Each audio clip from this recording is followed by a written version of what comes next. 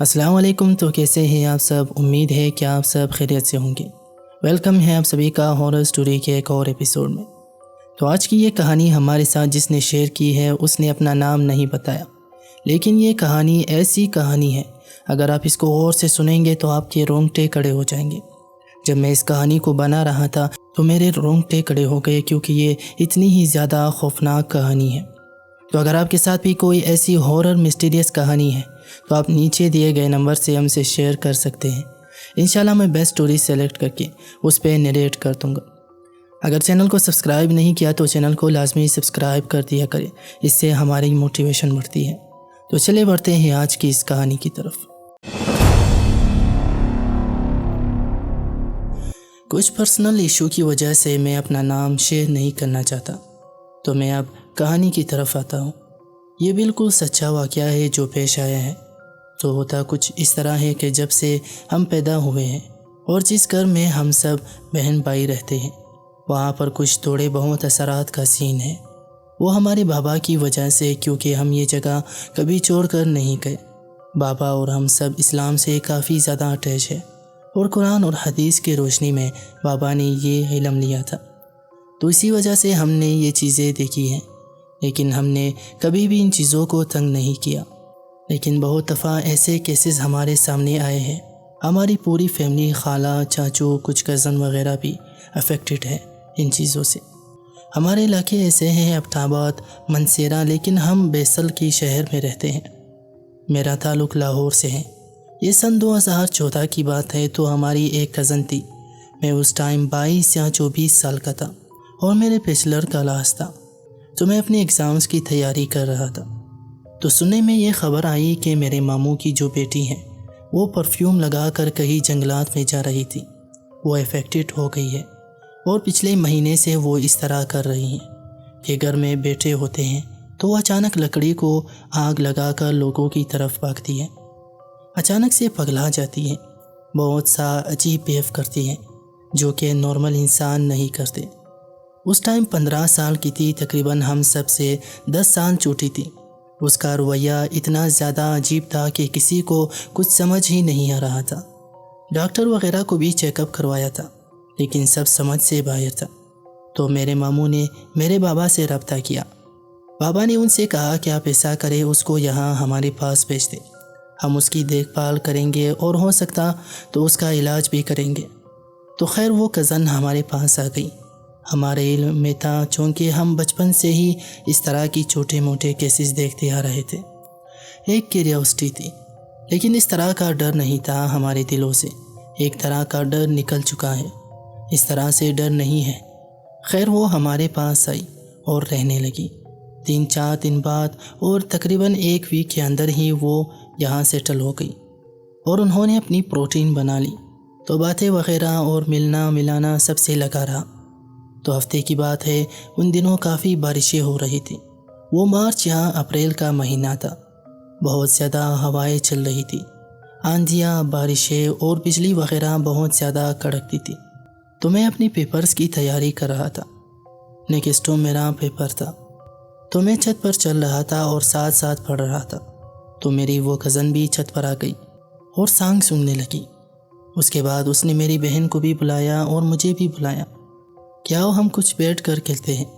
اس نے مجھ سے بھی کہا کہ آپ پڑھائی سے تھوڑا بریک لے لو، تو ہم آپس میں باتیں وغیرہ کرتے ہیں۔ اتنے سالوں بعد ہم ملے، ہم سب بیٹھ گئے اور باتیں کرنے لگے۔ تو میری جو سسٹر ہی، وہ میری جڑوا سسٹر ہیں، انہوں نے کہا کہ تم دونوں بیٹوں میں کھانے کے لیے کچھ لے کر آتی ہوں۔ تو وہ کچھ لینے کے لیے چلی گئی۔ میں اور کزن بیٹھے ہوئے تھے، ہم لوگوں نے پرانے قصے چھڑے ہوئے تھے۔ تو اچانک باتیں کرتے کرتے وہ چپ ہو گئی، اور اسی ٹائم پر بجلی کڑکی، بہت ہی ہولناک قسم کی۔ میں آپ کو بتا نہیں سکتا کہ وہ لمحہ ہی کچھ اس طرح سے کیپچر ہوا ہے کہ میں بھی چپ کر گیا، جیسے کوئی اداسی نہیں چھا جاتی۔ تو میری کزن نے اپنا سر نیچے کیا اور پھر اپنی آنکھیں اوپر کی۔ تو اس بار جب میں نے اس کی آنکھوں میں دیکھا تو بہت زیادہ اداسی تھی، جیسے موت کے سائے ہوتے ہیں، ایسا کچھ تھا اس کی آنکھوں میں۔ اور اسی لمحے کچھ ہی سیکنڈ کے اندر اس کے رائٹ اور لیفٹ سائڈ سے 2 چہرے نکلے ہیں۔ میں ابھی بھی آپ کو بتا رہا ہوں تو میرے رونگٹے کھڑے ہو رہے ہیں۔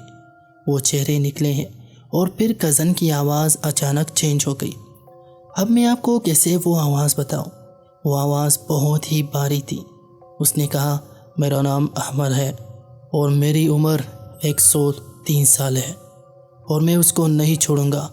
میں تو بالکل ہکا بکا رہ گیا۔ میرے تو پیروں کے نیچے سے زمین نکل گئی، میرے ہونٹ بالکل خشک ہو گئے۔ تو میں نے بہانہ لگایا، کس طرح ہمت کر کے میں اٹھا اور میں نے کہا کہ میں پانی لے کر آتا ہوں۔ وہ مسلسل میری طرف دیکھ رہی تھی، اپنی پلکیں بھی نہیں جھپک رہی تھی، بس ٹک ٹکی باندھے میری طرف دیکھ رہی تھی۔ تو میں فوراً سے نیچے بھاگا۔ میری سسٹر اوپر آ رہی تھی کھانا اور پانی لے کر، تو میں نے اس کو وہیں پکڑ لیا اور کہا، چلو چلو جلدی چلو۔ تو اس نے کہا کہ کیا ہوا؟ تو میں نے کہا کہ بس چلو، مجھے کچھ ٹھیک نہیں لگ رہا۔ لیکن وہ پھر بھی مجھے اندر کمرے میں لے آئی۔ ہم دونوں اندر آئے تو کزن بالکل ٹھیک تھی۔ تو اس نے ہنس کر کے مجھے کہا کہ تمہیں اچانک کیا ہوا اور تم چلے کیوں گئے؟ میری آواز بالکل بند ہو گئی۔ میں بھلا کیا بولتا؟ میں نے اپنی سسٹر سے بھی یہ بات شیئر نہیں کی کہ کہیں وہ ڈر نہ جائے۔ میں چلا گیا اور میرے ایگزام بھی کافی ڈسٹرب گزرا اور وہ میرا لاسٹ پیپر تھا اور ہو گیا۔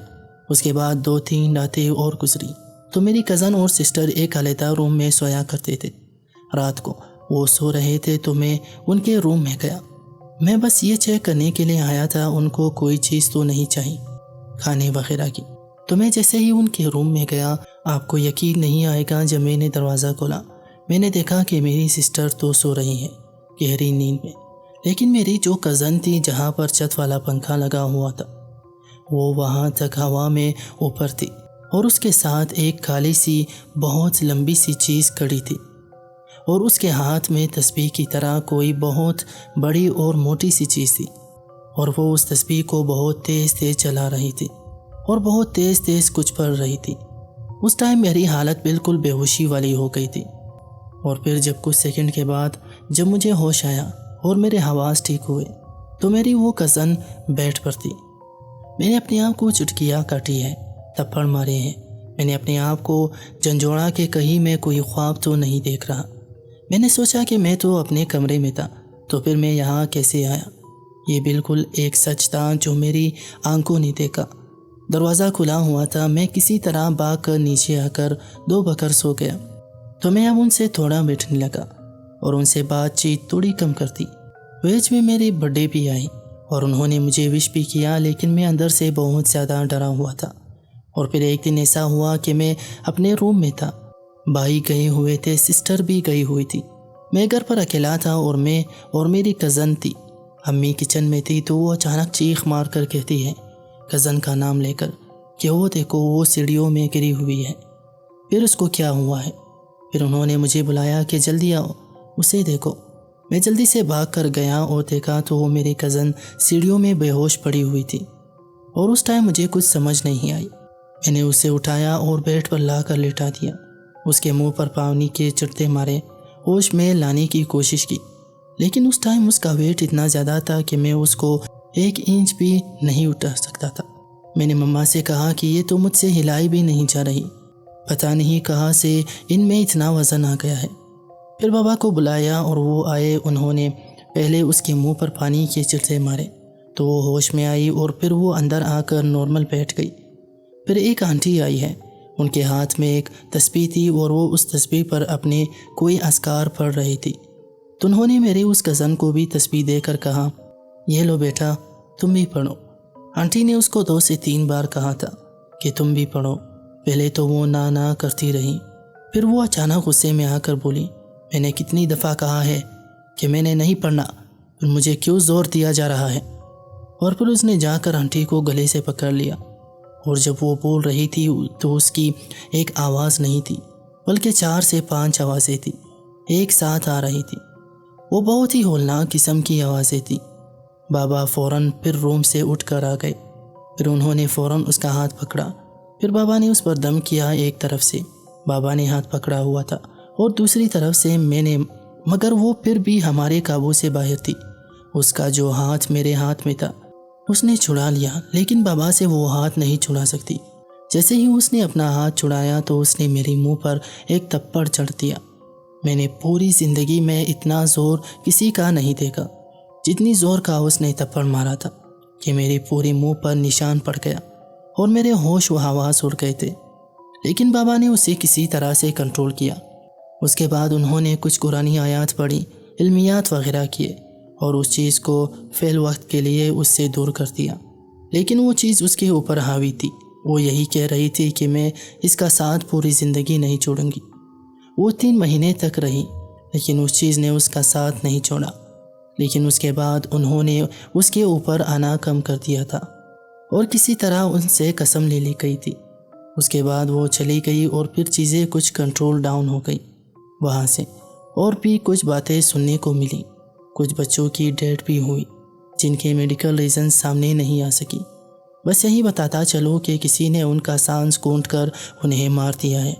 یہ تھی میری کہانی جو میں نے اپنی آنکھوں سے دیکھی تھی، اور اس واقعے کو میں نے اپنی آنکھوں سے وٹنس کیا تھا۔ اگر آپ کو سٹوری اچھی لگے تو لازمی شیئر کیجیے گا۔ دوستو تو یہ تھی ایک کہانی جو ہمارے ساتھ شیئر کی تھی۔ اگر آپ کو پسند آئی ہو تو ویڈیو کو لائک کر دینا اور چینل کو بھی سبسکرائب کر دینا۔ ملتے ہیں دوسری ویڈیو کے ساتھ۔ اپنا اور اپنے پیاروں کا بہت سارا خیال رکھیے گا۔ اللہ حافظ۔